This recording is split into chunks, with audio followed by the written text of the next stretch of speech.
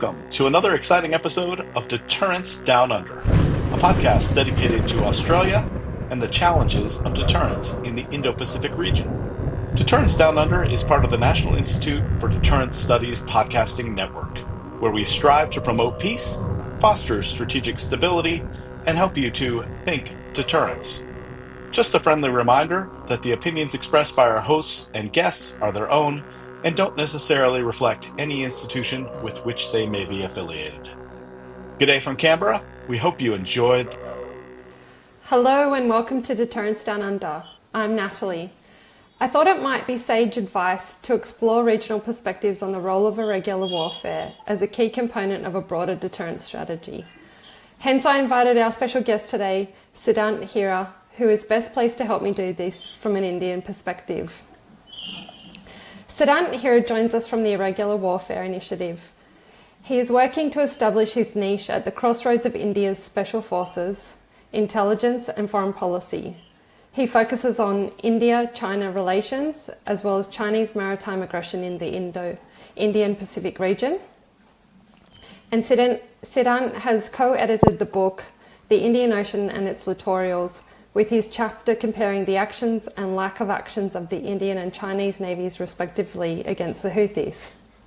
He holds a Master's in National Security Studies from King's College London, having also participated in Atlantic Council's Cyber 912 Strategy Challenge and the United Kingdom's Cabinet Office National Security Secretariat's Policy Hackathon. Siddhant's master's dissertation compared the Indian and American Official Secrets Act to understand the motivations behind two types of democracies adopting different notions of secrecy and sharing of information in the public domain. His bachelor thesis analysed the role of India's special forces as an instrument of foreign policy. So welcome to the show, Siddhant. Really excited to have you here today. And so I'd like... Unlike traditional warfare, irregular warfare leverages indirect asymmetric methods to achieve strategic outcomes. Could you explain what irregular warfare means in more detail, why it's hard to define, and how this definition evolved with time and strategic circumstances, including the nature and character of war and peace? Because it would be useful for me to understand how India defines irregular warfare and how this differs from the US perspective. Firstly, Natalie, thank you for having me. It's wonderful to be here. Now, coming to the first part of your question, what is irregular warfare in a bit more detail in the Indian context? India, unfortunately or fortunately, does not have anything in written in terms of irregular warfare. That is because we don't have a national security strategy. If we do have one, it's internal. But in terms of what is irregular warfare, so at the outset, I would say is that it's not always leveraged to achieve strategic outcomes. That would be the ideal scenario, but depending on the situation, depending on what competencies, capabilities a state has, you could use it at an operational or even tactical level. Going by just in terms of English, irregular by that logic is something that's not regular, something that diverges from the regular. So, in that sense, irregular warfare covers a whole host of options that can be included. Now, it's very difficult to define for this very reason because it covers such a vast spectrum. Makes one wonder that, what is not irregular anymore. Because today everything seems to, in some manner, fall under irregular warfare. Just like everything in some way is under the umbrella of national security. Because definition has expanded to such a great extent. Right.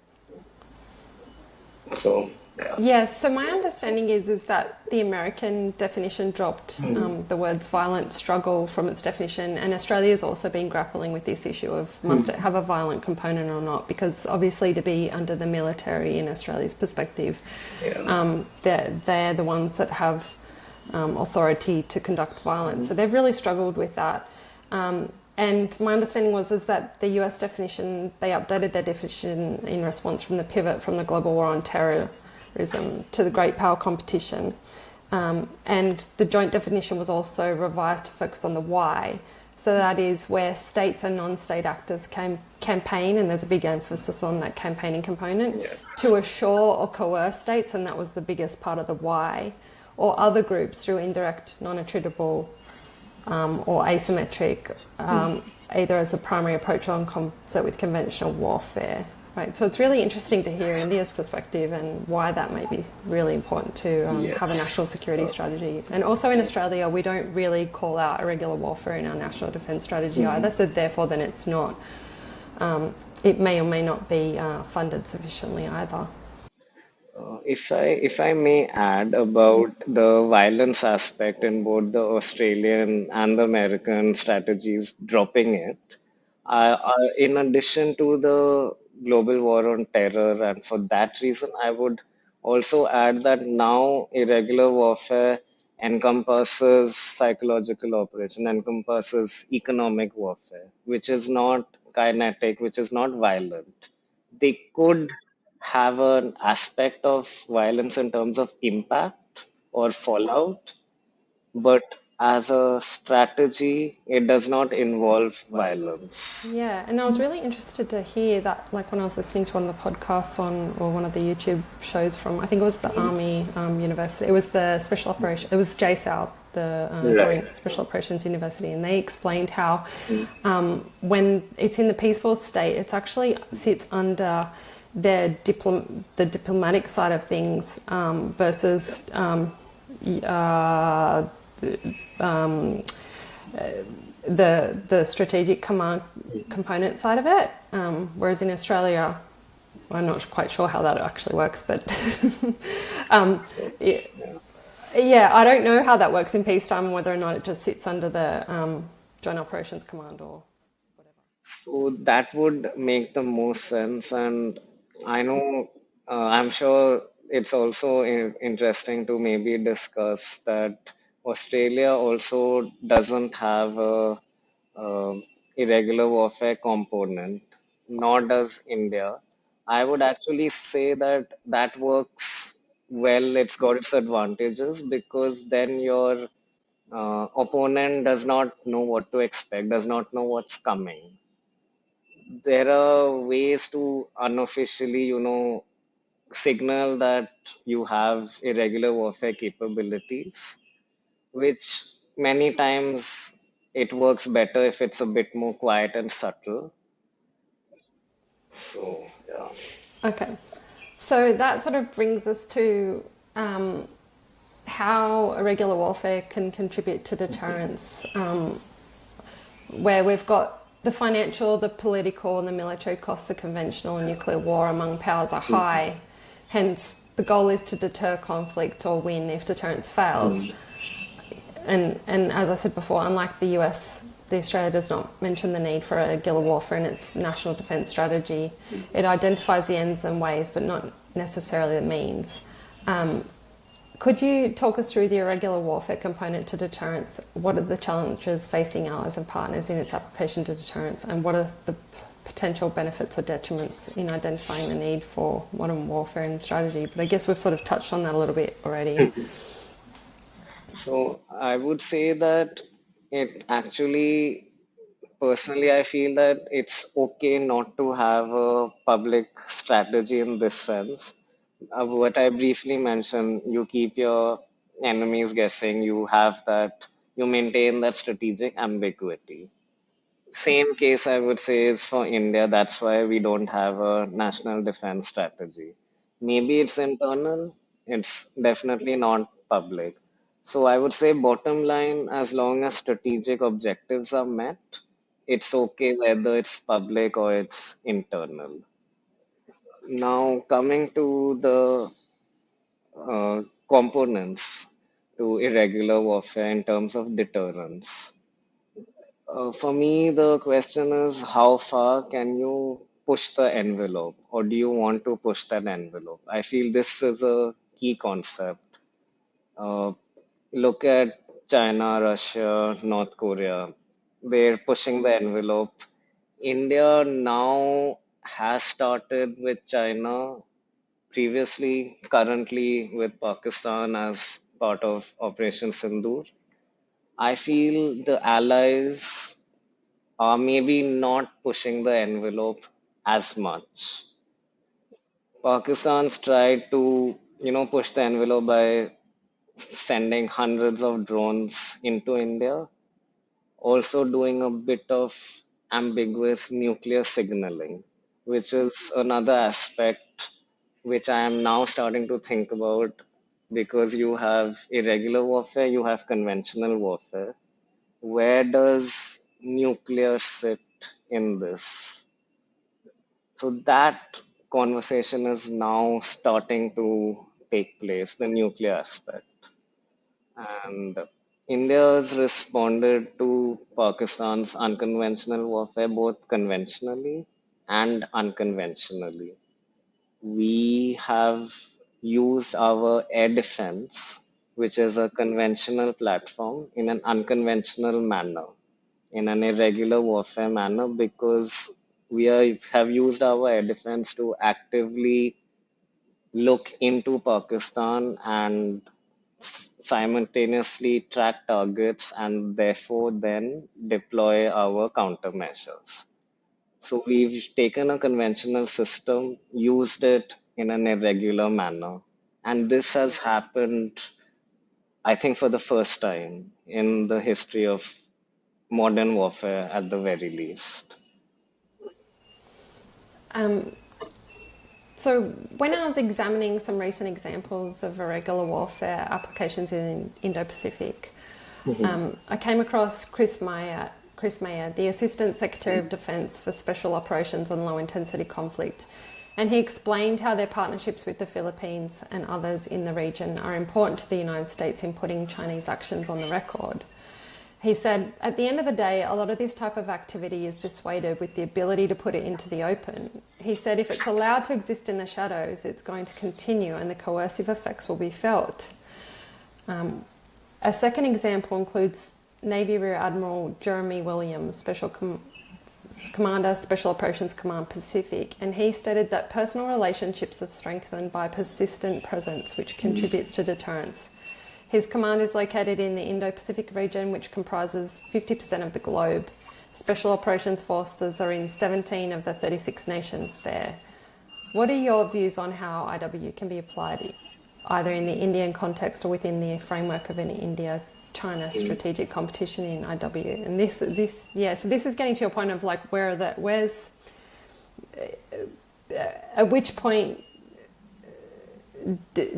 is it more evident, like, because that could be part of your deterrence strategy as well, because obviously deterrence is about knowing capabilities as well as being able to signal those capabilities and or not. Yes, so in this sense, I'll start in maybe one line very briefly, then come to the larger Indo-Pacific context. In the lens of the India-Pakistan conflict, now there's a lot of serious debate on can there ever be true deterrence? More in the India-Pakistan context because they'll do something, we'll respond. Can we do anything which will deter them from attacking? Now, in the broader Indo-Pacific context, I would say that while the US can put Chinese actions on the record through Philippines, through their other partners in the region, it is not a strategy that can work for every country. And many countries even don't want to be that overt, that public against China.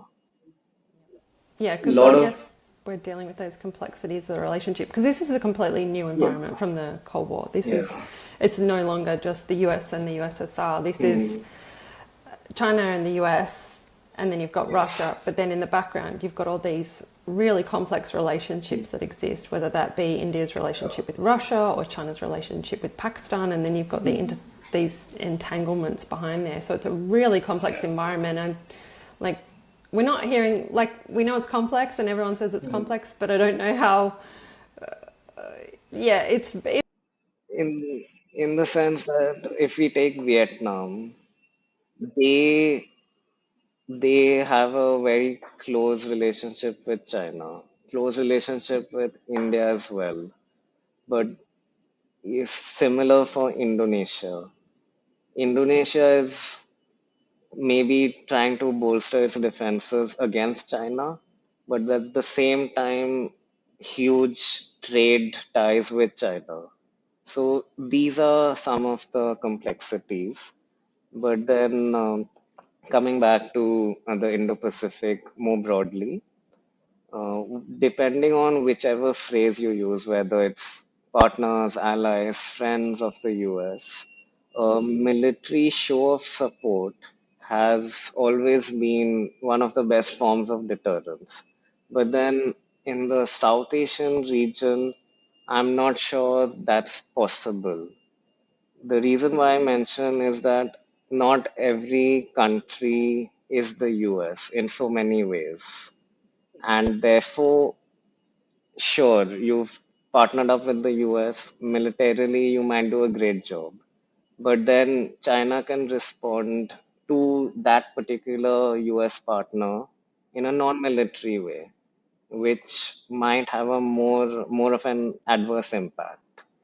Therefore, I feel that irregular warfare in the Indo-Pacific as a challenge can be applied as a hybrid model of an American model, being very overt militarily, as well as with a non-American model, which is basically taking Chinese actions on a case-by-case basis. You have a Chinese action, you figure out what's your strategy, how you're responding, simulate it in advance as well so that you're prepared.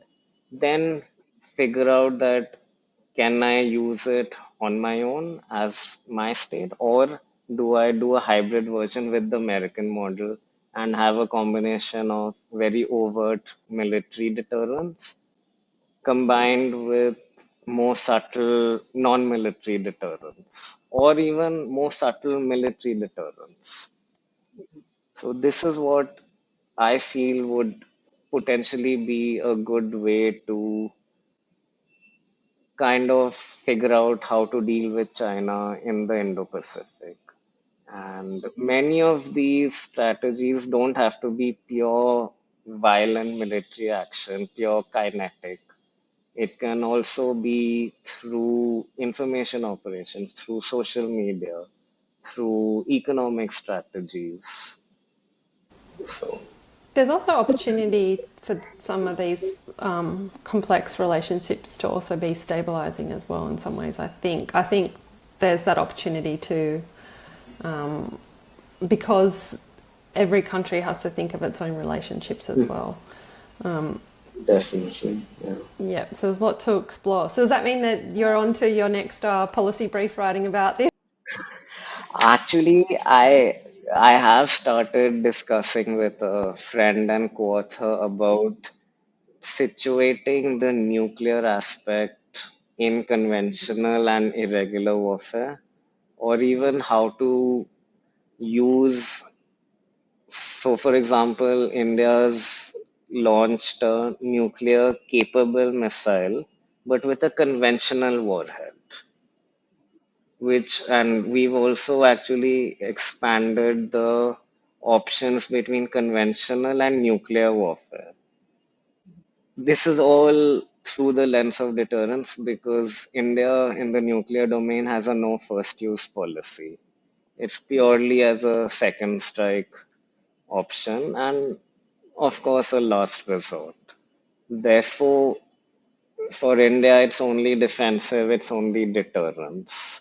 So, this is something that a friend and I are just about starting to explore because I had mentioned that I'm doing this, so we had a bit of a brainstorming session. Yeah. That's essentially something we're trying to figure out, how to situate nuclear deterrence in conventional warfare and unconventional or irregular warfare. Yeah, it gets very complex. Um, well, thank you so much for your time today, Siddhant. It's been like truly wonderful opportunity to get to know you and India's views. And our guests can always hear more about irregular warfare on the Irregular Warfare Initiative website, and you can tune into the podcast. And I'd just like to remind our listeners to always think deterrence. Do you have any sort of closing comments there? Closing comments, I would say, is that we need options that go beyond the American model, Right. Good since point. that tends to be a one size fits all sort of thing. So yeah. Right. I look forward to hearing your research on some of this as well. Thank you, Natalie, for having me. It's been a lovely experience. Thanks so much. Thank you for listening to Deterrence Down Under. Please take a minute to review the podcast, as your reviews help our podcast reach more listeners and expand the debate about strategic issues facing Australia and the region. Our show is made possible by the NIDS Podcasting Network, a division of the National Institute for Deterrence Studies. NIDS is a U.S.-based 501c3 organization that relies upon donations to produce this podcast and spread awareness of the peacekeeping value of U.S. strength, alliances, and deterrence. You can find a wide range of NIDS podcasts at thinkdeterrence.com. If you have any questions or feedback, feel free to send us an email at ddu@thinkdeterrence.com. I would like to thank our producer, Kimberly Charrington, and our sponsors, and all the amazing members of the National Institute for Deterrence Studies for making this podcast possible. The NIDS Podcasting Network.